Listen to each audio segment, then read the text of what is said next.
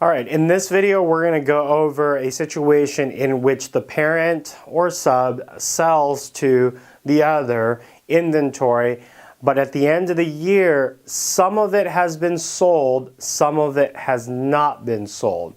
This is different from the last video in which we talked about a situation where, hey, a parent sells a sub, $1,000 worth of inventory, and at the end of the year, that subsidiary still has $1,000 worth of inventory. So that's how we're switching it in this video, is that in this video, we're talking about, hey, the subsidiary has sold some of it, but it also retains some of it. So at the end, conceptually, what we're going to need to do is we're going to need to defer profit. We're going to need to defer profit from this period into the next, because the parent does have a profit because they sold it to the subsidiary. However, the subsidiary hasn't sold it to a third party. Therefore, we need to back out the profit on the amount of goods that the subsidiary still has. So again, all we're doing here is we're deferring. Same principles apply, except a little bit more complicated. And at the end of the day, this is the real life example. The other one is just to get you, the other video was just to show you how it works. This one is all about what actually happens in the day of the life of an accountant at the end of the month or at the end of the period, and they're trying to consolidate financial statements. So, let's start with consolidation entry TI. That stays the same. So TI still happens regardless of if inventory was sold or not. So I'm not going to cover TI. TI was in the last video. That's where we discussed it, and it would be the same thing in a situation just like this. Okay. Again, gross profit margin we're actually going to talk about today.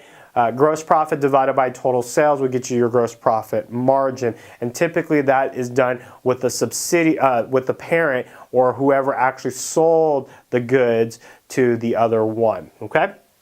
So what are we trying to do? We're trying to eliminate the unrealized gross profit, entry G. So entry G, that's what we're trying to do. That is based not on the total intra-entity sales. So as if there were no sales at the end of the day. So let's go to our example. We've changed up the example this time. So let's assume that the parent has $20,000 worth of inventory and they sell it to the subsidiary for $35,000. Now let's knock one thing off before we go on. Let's calculate the gross profit margin. Well, the profit would be $15,000. 35 minus 20 is 15. Gross profit would be $15,000 before any operating expenses. Then we'll divide it by total sales. Total sales is $35,000 because that's how much they would have sold it to the subsidiary. That gets us a gross profit margin of 42.86%. That's going to be key because now we're going to have to back out any profits, and we're going to use that 42.86% as how much profit we need to back out. Okay, so at year end, let's assume that the subsidiary has $6,000 of inventory still left. Now, the confusing part is, do you mean 6,000 of the 35 or 6,000 of the 20? When we say 6,000, we mean the subsidiary's cost. Okay, so the full retail cost of that transaction, that's what we're going to be using. Now, notice we don't care what the subsidiary is going to sell it for. Okay, so again, we don't care what the subsidiary is going to sell it for. All we care about is what the parent or whoever the transaction, if it was upstream the opposite way, subsidiary parent.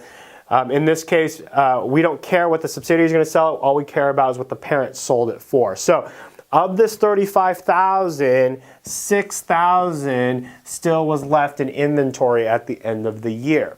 So everything else, the other $29,000, theoretically, whatever they booked is fine, and whatever subsidiary sold it to their customers is fine. All we did was we split the profit out. Half went to here, and let's say half went up to here. However, now we've got to remove the profit that the parent got for that $6,000. Okay, so how do we do that? Well, first of all, we're going to use our gross profit margin of 42.86% and multiply that by the amount of inventory still left in the books. Okay, so 6,000 left in the books, multiplied by 42.86%, and we get 2,571. Now there's some change. We're going to leave the change out for a minute here. So that is the profit we need to defer on the books in the consolidated entry. Remember, each one has their own separate books. We're going to leave them the same. However, on the consolidation, when we consolidate the books into one so that we can report financial statements, we're going to have to defer 2,571 in profits. That would have been the profits on the 6,000 that the parent sold to the sub. So one thing that we can say is, you know, we could technically transfer the $6,000 of inventory back to the parent, and when they do that, this 2,571 of profit would go away. Okay, so consolidation entry G is where we're going to remove that profit. Okay, so if we remember from the last video, consolidation entry G is simply debiting cost of goods sold, crediting inventory. We're debiting cost of goods sold again to fix the cost of goods sold that we did in TI, as well as we're going to bring down the inventory back to what it should be on the books. What should it be? Well, it should be not at the step-up basis. It shouldn't be at the 35. It should be at the 20. However, we're dealing with $6,000 of inventory, so really at the end of the day, we're looking at about $3,429. So that $6,000 of inventory cost the parent $3,400. And what did I say, 29? So that $3,429 of inventory is what the parent paid and then sold it to the subsidiary for $6,000 for a profit of $2,571. Okay, so we're bringing the inventory back down by $2,571 back down to $3,429. So hopefully that makes sense, and hopefully that shows you why we're doing it. So debit cost of goods sold for $2,571, credit inventory for $2,571.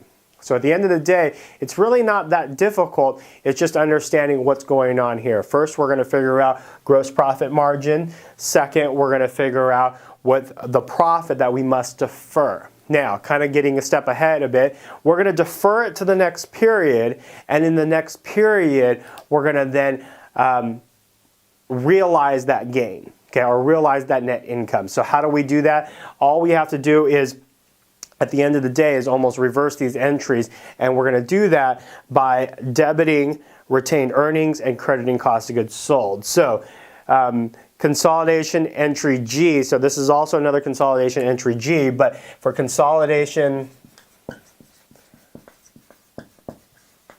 entry, and really it's star G, so this happens afterwards, is we're going to debit retained earnings for 2,571, and we're going to credit, what did I say? Cost of goods sold.